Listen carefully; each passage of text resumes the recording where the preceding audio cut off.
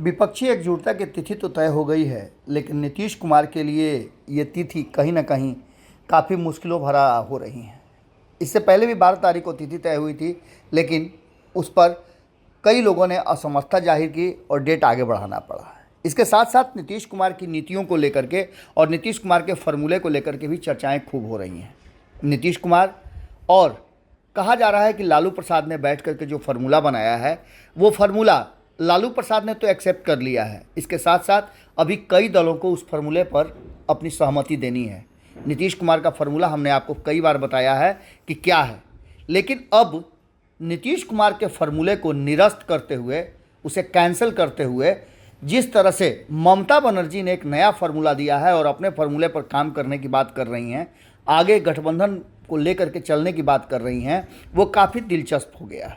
आपको बता दें कि नीतीश कुमार के फार्मूले को लेकर के सभी दल लगातार उस पर चर्चा कर रहे थे, मंथन कर रहे थे, और हमने भी आपको बताया था कि नीतीश कुमार ने एक फार्मूला दिया है जिसमें 1 बाई 1 की बात हो रही है, यानी कि एक भारतीय जनता पार्टी का उम्मीदवार के सामने विपक्ष का एक ही उम्मीदवार होगा, क्योंकि इससे भारतीय जनता पार्टी पर दबाव बनाया जा सकता है और वोटों का समीकरण भी बदल जाएगा।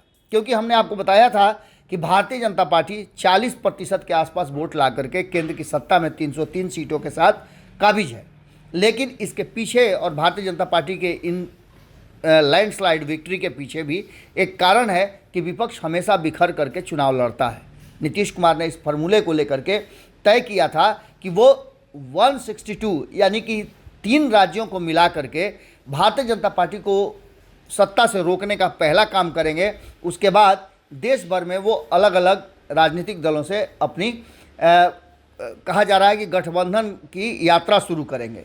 आपको बता दें कि इसमें कई दलों ने, चूँकि बिहार में जैसा कि आप सभी जानते हैं कि 7 दल हैं, इन 7 दलों ने स्वीकृति तो जाहिर कर दी, लेकिन इसके अलावे कई राज्यों में नीतीश कुमार गए, उनमें से अधिकांश राज्यों के मुख्यमंत्रियों ने या फिर वहाँ के बड़े दलों ने स्वीकार कर लिया नीतीश कुमार की मीटिंग में आने का। लेकिन सबसे बड़ी चर्चा ये थी कि आखिर फार्मूला क्या होगा।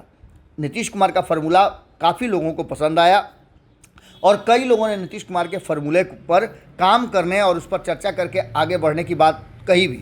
लेकिन अब जबकि नीतीश कुमार का 1 बाई 1 फार्मूला जो है वो निरस्त करते हुए ममता बनर्जी ने अपना फार्मूला दिया है, और शायद यही कारण था कि 12 तारीख की मीटिंग कैंसिल हुई है। लालू प्रसाद के प्रयास के बाद दोबारा 23 तारीख को मीटिंग का डेट रखा गया है।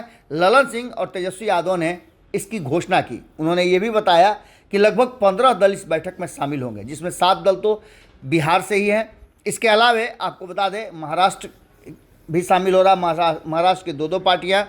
इसके अलावे ममता बनर्जी के आने की संभावना पूरी है। अखिलेश यादव आएंगे, झारखंड से हेमंत सोरेन आएंगे। इसके अलावे दक्षिण से भी कई नेता आ रहे हैं। तो आपको बता दें कि जम्मू कश्मीर से भी आने की संभावना है कई दल के नेताओं की।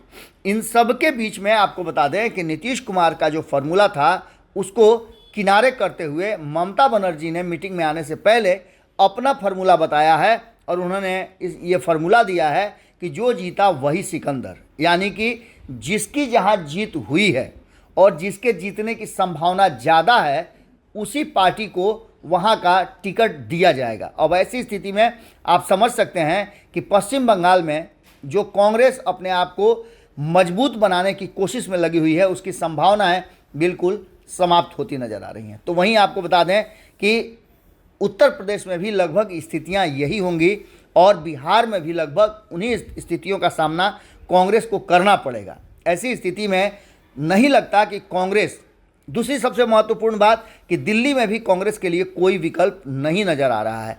ऐसी स्थिति में क्या कांग्रेस इस गठबंधन के साथ चलने को राजी होगी? ममता बनर्जी का फार्मूला अब कहीं ना कहीं एक बड़ा चिंता का कारण बनता जा रहा है महागठबंधन के लिए। नीतीश कुमार का फार्मूला कुछ हद तक तो स्वीकार करने की स्थिति में सभी थे, लेकिन उसमें भी कांग्रेस को परेशानी हो रही थी। अब ममता बनर्जी वाला फार्मूला काफ़ी मुश्किलों भरा होगा, खास करके अगर देखा जाए तो कांग्रेस के लिए, जो भारतीय जनता पार्टी से सीधी लड़ाई लेना चाहती है। अब देखना दिलचस्प होगा कि 23 तारीख की मीटिंग में क्या होता है और किस तरह से ये सफल कराया जाता है। संभावना एक बार फिर से उलझने की ही दिखाई दे रही हैं। अगर ये वीडियो पसंद आई और वह बिहार के राजनीति और बिहारियत से सरोकार रखेनी तो सब्सक्राइब बटन दबा के चैनल के सब्सक्राइब कर ली। ओजे एगो घंटी बा, ओकरा बटन दबा देला से कुल सटीक और मारक खबर रुआ मुफ्त में मिल जाई। अगर रुआ पत्रकारिता के हमनी के नया प्रयोग में सहयोग कर चाहतानी तो ज्वाइन बटन दबा दी। पेटीएम नंबर नोट कर ली 9386816700। धन्यवाद।